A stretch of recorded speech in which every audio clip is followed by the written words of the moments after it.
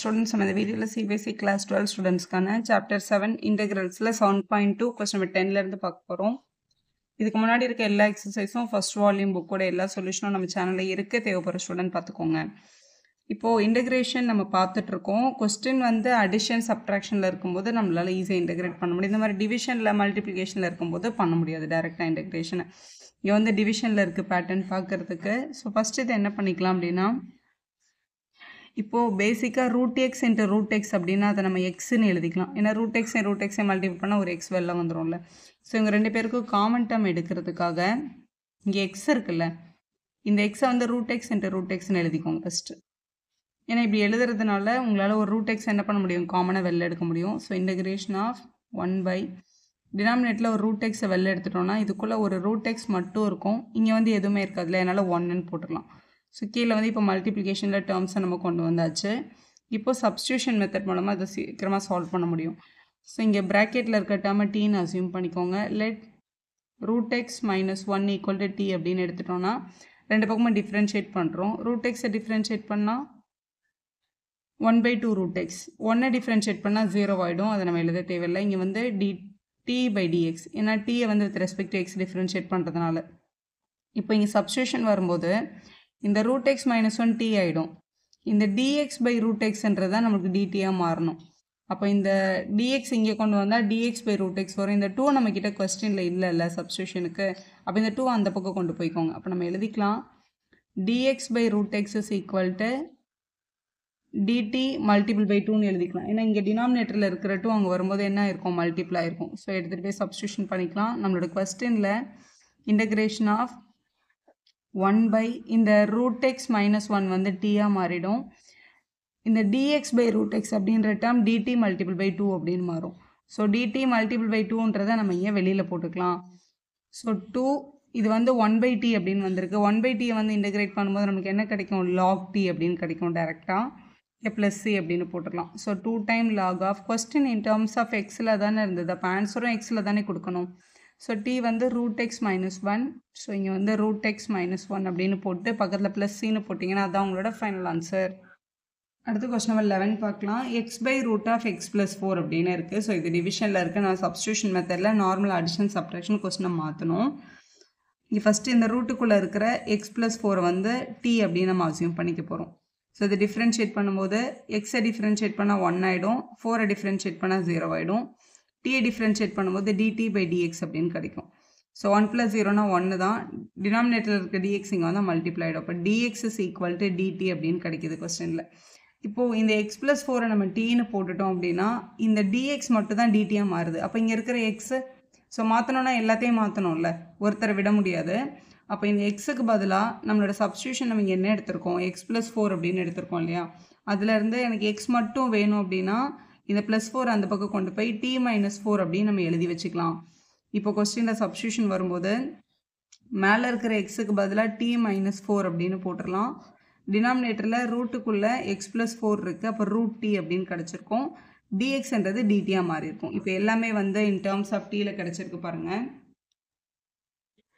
So இப்போவும் இது வந்து டிவிஷனில் தான் இருக்குது. ஆனால் இப்போ வந்து நம்மளால் என்ன பண்ண முடியும்னா இந்த ரூட் டி இந்த டீக்கு தனியாக இந்த 4க்கு தனியாக ஸ்ப்ளிட் பண்ணி எழுதிக்க முடியும். ஸோ அதான் எழுதிக்க போகிறோம் நம்ம.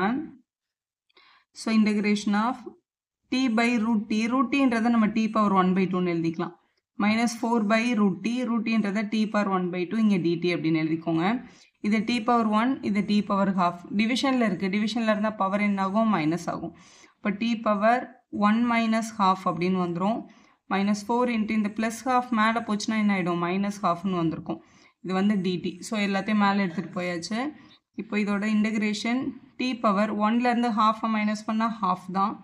-4 இன்ட்டு t/-½ இருக்குது, இங்கே dtன்னு இருக்குது.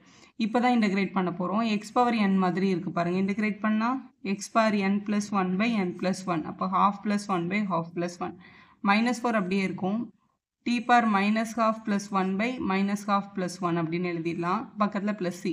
இன்டகிரேட் பண்ணதுக்கப்புறம் இந்த இன்டகிரேஷன் சைனும் இந்த டிடியும் அங்கே இருக்கக்கூடாது. அதுக்கு பதிலாக அந்த +c தான் அங்கே இருக்கணும். ஸோ t⁻1 கூட ½ ஆட் பண்ணும்போது 2 1s are 2, 2 + 1 3/2 அப்படின்னு வரும். டினாமினேட்டரில் ஒரு 3/2. 3/2ன்றதை அடுத்த ஸ்டெப்பில் மேலே கொண்டு போயிடுங்க. -4 இதில் 1ல் ½ மைனஸ் ஆச்சுன்னா ½ தான் வரும். ஸோ டி பவர் ஹாஃப் பெரிய நம்பர் சைன் ப்ளஸில் இருக்குது, இங்கேயும் ஹாஃப் ப்ளஸ் சி அப்படின்னு எழுதிடலாம். இப்போ கொஸ்டினில் வந்து கொஸ்டின் இன் டேர்ம்ஸ் ஆஃப் எக்ஸில் தானே இருந்தது, அப்போ ஆன்சரும் இன் டேர்ம்ஸ் ஆஃப் எக்ஸில் நம்ம கொடுக்கணும். டீக்கு பதிலாக நம்ம எடுத்த சப்ஸ்டியூஷன் என்னது x+4. அப்போ இந்த டீக்கு பதிலாக நம்ம என்னென்னு எழுதிடலாம், x+4 அப்படின்னு எழுதிடலாம். So x+4 the whole power 3/2, கீழே இருக்கிற 3/2 மேலே எடுத்துகிட்டு வந்தீங்கன்னா இப்படி 2/3 மாறிடும். ஸோ -4 கீழே 1/2 இருக்குது, மேலே எடுத்துகிட்டு வந்தோன்னா 2/1. So x+4 the whole power 1/2 + c அப்படின்னு எழுதிட்டிங்கன்னா அதுதான் உங்களோட ஃபைனல் ஆன்சர். இதை மல்டிபிள் பை 8ன்னு போட்டுக்கலாம். அடுத்த கொஸ்டின் பாருங்க, x³ - 1 the whole power 1/3 x⁵ dx அப்படின்னு கொடுத்துருக்காங்களா. இப்போ மல்டிபிள் இருக்குது, ஸோ டேரெக்டாக இன்டெகிரேட் பண்ண முடியாது. மல்டிப்ளிகேஷனில் இருந்ததுன்னா வேறு ஃபங்க்ஷன் இருந்தால் பண்ணலாம். ஒன்று லாகில் இருக்குது, ஒன்று வந்து அல்ஜிப்ரா, இல்லை ஒன்று எக்ஸ்பனன்ஷியல், இன்னொன்று வந்து ட்ரிக்னாமெட்ரி. இந்த மாதிரி வித்தியாசமான 2 ஃபங்க்ஷன் மல்டிபிள் இருந்தால் நம்ம வந்து பின்னாடி எக்ஸசைஸில் பார்ப்போம், அந்த யூவியில் பண்ண முடியும். ஆனால் இந்த மாதிரி இதுவும் அல்ஜிப்ரா மல்டிபிள் இருந்தால் பண்ணக்கூடாது. நம்ம அதை என்ன பண்ணணும்னா மல்டிபிள் பண்ணி ஒரு சிம்பிளிஃபிகேஷன் ஃபார்முக்கு கொண்டு வந்துட்டு தான் இன்டெகிரேட் பண்ணணும். ஸோ இதை வந்து சப்ஸ்டியூஷன் மெத்தடில் ஷார்ட் ஃபார்ம் கொண்டு வரலாம். இங்கே ப்ராக்கெட்டுக்குள்ளே இருக்க இந்த x³ - 1 இவங்களை வந்து நம்ம டீன்னு அசியூம் பண்ணிக்கிறோம்னு வச்சுக்கோங்களேன். இவங்களை டிஃப்ரென்ஷியேட் பண்ணணும். x³ டிஃப்ரென்ஷியேட் பண்ணால் 3x² வரும், 1 பண்ணால் 0, டீயை பண்ணால் dt/dx அப்படின்னு கிடைக்கும். இப்போ நம்மக்கிட்ட இங்கே சப்ஸ்டியூஷனில் 3x² இல்லை, ஆனால் அதுக்கு பதிலாக x⁵ இருக்குது. அப்போ கொஸ்டினை வந்து என்ன பண்ணிக்கோங்க, இதை முதல்ல அப்படியே இருக்கட்டும், ஏன்னா இது வந்து டீயாக மாறிடும், இதனால நமக்கு எந்த ப்ராப்ளமும் இல்லை. x⁵ எனக்கு டிடியில் கிடைக்கல, எனக்கு ஆக்சுவலாக x² தான் கிடைச்சிருக்கு. அதனால x⁵ பிரித்து x⁵3 multiple by x⁵2 dx அப்படின்னு எழுதிக்கோங்க. இப்போ x² dx வந்து நமக்கு இங்கேருந்து ஈஸியாக கிடைச்சிரும். இந்த dx இங்கே கொண்டு போயிட்டு அந்த 3 அந்த பக்கம் வச்சுக்கலாம். இப்போ x² dxன்னு வந்துச்சுன்னா அதை நம்ம என்னென்னு அப்ளை பண்ணிக்கணும், dt/3ன்னு அப்ளை பண்ணிக்கணும். ஸோ இதை அப்ளை பண்ணிடலாம். சரி, இது வந்து dt ஆகிடும், இது வந்து t ஆகிடும். அப்போ இந்த x³ என்ன ஆகும், x³ நம்ம சப்ஸ்டியூஷன் போடணும்ல, அந்த x³ கொஸ்டின்லேருந்து கொண்டு வாங்க. இந்த கொஸ்டின்லேருந்து நம்ம என்னென்னு எழுதிக்கலாம்னா, எங்கேயாவது x³ டேர்ம் தனியாக இருந்துச்சுன்னா அதுக்கு பதிலாக நம்ம t+1ன்னு போட்டுக்கலாம் அப்படின்றது தான் அதோட அர்த்தம். ஏன்னா ஒரு கொஸ்டினை நீங்கள் டீக்கு கன்வெர்ட் பண்ணுறீங்கன்னா த்ரோட் எல்லா டேர்மையும் மாற்றி தான் ஆகணும். இதில் இருக்க இந்த x³ - 1 நம்ம டீன்னு அசியூம் பண்ணோம், அதனால இது t⁻1/3ன்னு மாறி இருக்கும். இந்த x² dt வந்து dt/3ன்னு வந்திருக்கும். அப்போ இந்த x³ பதிலாக நம்ம கண்டுபிடிச்சி வச்சிருக்க இந்த t+1 நம்ம அப்ளை பண்ணியிருக்கணும். இதுக்கு பதிலாக dt/3 இருக்குது. ஸோ இதான் நம்மளோட வேல்யூ. இப்போ இதை வந்து இன்னும் ஷார்ட் பண்ணோம், ஏன்னா திருப்பி இது மல்டிபிளில் தான் இருக்குது. சிங்கிள் டேர்ம் அடிஷன் சப்ட்ராக்ஷனுக்கு வர்றதுக்காக இந்த t⁻1/3 உள்ளே மல்டிபிள் பண்ணிக்கலாம். ஸோ ஃபர்ஸ்ட் இவங்க 2 பேரும் மல்டிபிள் பண்ணணும். இது வந்து பவர் 1. எப்போவுமே வந்து இப்போ t⁻a மல்டிபிள் பை t⁻bன்னு இருக்குன்னு வச்சுக்கோங்களேன். 2 பேரையும் மல்டிபிள் பண்ணும்போது t⁻a + bன்னு வரும். இது லாஸ் ஆஃப் எக்ஸ்பனன்ஸ்ன்னு சின்ன கிளாஸில் நீங்கள் படிச்சிருப்பீங்க. அதே மாதிரி இங்கே t⁻1/3 t⁻1 மல்டிபிள் பண்ணும்போது t⁻1/3 + 1 வந்துடும்.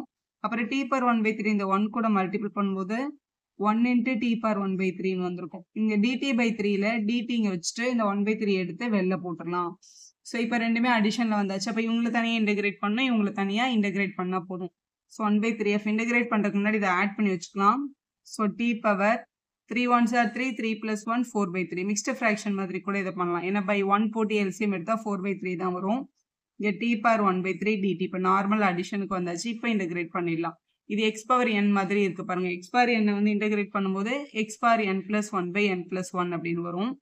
அப்போ t⁻4/3 + 1/4/3 + 1. அடுத்து t⁻1/3 இருக்குது. t⁻1/3 + 1/1/3 + 1 அப்படின்னு எழுதிடலாம். ஸோ இதை ஆட் பண்ணிக்கலாம். இங்கே 7/3 வருது, கீழே 7/3, மேலே 1/3 1 ஆட் பண்ணும்போது 4/3, இங்கேயும் 4/3ன்னு எழுதிக்கோங்க plus c. Question in terms of எக்ஸில் இருந்துச்சுல, அப்போ ஆன்சர் இன் டேர்ம்ஸ் ஆஃப் எக்ஸில் விடுறதுக்காக எக்ஸோட பிளேஸில் தான் நம்ம என்னென்னு எழுதணும், x³ - 1 அப்படின்னு எழுதணும். இங்கே கீழே இருக்கிற 7/3 மேலே கொண்டு வந்து 3/7 x³ - 1 the whole power 7/3 first term. Second டேர்மில் 4/3 மேலே வந்தால் 3/4 x³ - 1 த ஹோல் பவர் 4/3 அப்படின்னு எழுதிக்கலாம். பக்கத்தில் ப்ளஸ் சி. ஸோ இதுக்கப்புறம் இந்த 1/3 வேணால் உள்ளே கொண்டு போயிடுங்க. ஏன்னா இந்த 3 கேன்சல் ஆகிட்டு வெறும் 7 மட்டும் வரும். இவங்க கூட மல்டிபிள் பண்ணும்போதும் இந்த 3 கேன்சல் ஆகிட்டு 4 மட்டும் வரும். இதான் சிம்பிளிஃபைட் ஃபார்ம். வீடியோ யூஸ்ஃபுல்லாக இருந்தால் ஒரு லைக் போடுங்க, உங்கள் ஃப்ரெண்ட்ஸ்க்கும் ஷேர் பண்ணுங்கள். Subscriber channel for more videos.